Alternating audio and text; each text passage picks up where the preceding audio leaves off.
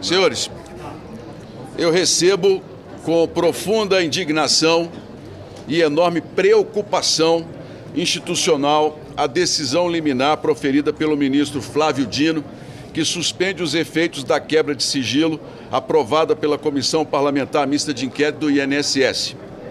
Essa decisão ocorre após o presidente do Congresso Nacional, Davi Alcolumbre, ter analisado formalmente os questionamentos levantados e concluído de forma expressa que a votação realizada na CPMI respeitou integralmente o regimento e a Constituição brasileira. Ou seja, a própria presidência do Congresso reconheceu a legalidade do procedimento e manteve a decisão soberana da comissão. Ainda assim, a investigação que busca esclarecer uma das mais graves fraudes já cometidas contra aposentados e pensionistas e idosos do Brasil sofre agora mais uma interrupção. Estamos falando de brasileiros que trabalharam uma vida inteira e que olham para o Congresso Nacional com a esperança de que essa investigação leve os culpados a serem punidos. Homens e mulheres que contribuíram durante décadas acreditando que o Estado estaria ao seu lado na velhice. Viúvas que dependem de uma pensão para sobreviver. Idosos que precisam daquele benefício para comprar remédios. Brasileiros que confiaram no sistema e agora descobrem que foram vítimas de um esquema que desviou recursos justamente daqueles que mais precisam. Há também um fato grave que precisa ser registrado. Até este momento, a CPMI não foi oficialmente comunicada ou notificada da decisão do ministro. Tomamos conhecimento do conteúdo da liminar pela imprensa e não pelos canais institucionais que normalmente são utilizados para comunicações formais entre os poderes da República. Quando o Congresso precisa se manifestar perante o Supremo Tribunal Federal, somos obrigados a fazê-lo por meio de advogados e pelos sistemas próprios da Corte. Mas quando uma decisão do Supremo atinge diretamente o funcionamento de uma comissão parlamentar de inquérito, a comunicação sequer chega pelos canais institucionais da própria comissão. Essa assimetria na relação entre os poderes precisa ser refletida pelo país.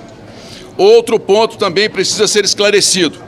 A comissão apenas exerceu o dever constitucional de autorizar medidas investigativas, como fazem CPIs do Congresso Nacional há décadas. Investigar não é condenar. Investigar é buscar a verdade. Também causa estranheza a alegação de que não teria havido debate ou fundamentação adequada nos requerimentos aprovados pela comissão. Isso simplesmente não corresponde à realidade dos fatos.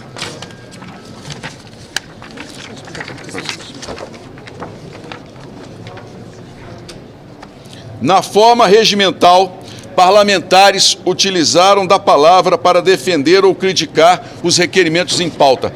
Todo o processo foi livre, participativo e transparente daqueles que fazem parte da comissão. Além de desconhecimento por parte do senhor ministro Flávio Dino sobre o funcionamento do processo legislativo em CPIs. A fundamentação dos requerimentos investigados está registrada por escrito no próprio corpo de cada requerimento, com a justificativa detalhada que demonstra os indícios e a necessidade de cada medida para investigação. Quando parlamentares aprovam o requerimento, aprovam também a justificativa que o acompanha. Ou seja, aprovam não apenas o pedido investigativo, mas também a fundamentação que sustenta aquele pedido. Essa é a prática consolidada das CPIs no Congresso Nacional. Essa é a prática que existe há décadas. A votação simbólica e em globo de requerimentos investigativos sempre foi utilizada em CPIs do Parlamento Brasileiro. A prática de votação em bloco é utilizada há décadas pelo próprio Supremo Tribunal Federal. Chama-se votação em mesa.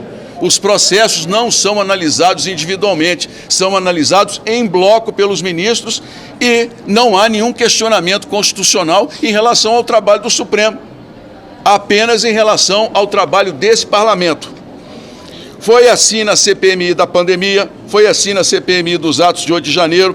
Ambas aprovaram inúmeros requerimentos dessa forma e isso jamais foi questionado. Será que agora, porque estamos muito próximos de núcleos de poder, de revelar ao país grandes influências políticas que levaram a sustentar todo esse esquema de roubo na Previdência brasileira? Será que é por isso que nós estamos nessa tentativa de impedir, atrapalhar e atrasar os trabalhos da CPMI? É uma pergunta que eu deixo aqui em nome do povo brasileiro. Porque praticamente todas as decisões tomadas por CPIs nas últimas décadas poderiam ser colocadas sob questionamento se a decisão proferida pelo ministro ela passar a valer. Nenhuma CPI poderá mais trabalhar e as que já foram realizadas, os resultados serão questionáveis. Há ainda um outro aspecto essencial. CPIs possuem prazo determinado para funcionar. Investigações da Polícia Federal podem durar anos. Mas uma CPI precisa cumprir sua missão em poucos meses. Impor exigências que não existem nos regimentos da Casa significa, na prática, tentar inviabilizar o funcionamento das comissões parlamentares de inquérito. E isso atinge diretamente um princípio fundamental da democracia. O próprio Supremo Tribunal Federal já reconheceu em decisões históricas, decisões importantes, grandiosas, diferentemente dessa que foi tomada hoje pela manhã, que CPIs constituem um direito público subjetivo das minorias parlamentares, essencial ao equilíbrio entre os poderes da República. Sem instrumentos de investigação, não existe parlamento livre. Sem CPIs funcionando plenamente, não existe fiscalização efetiva em nome da população.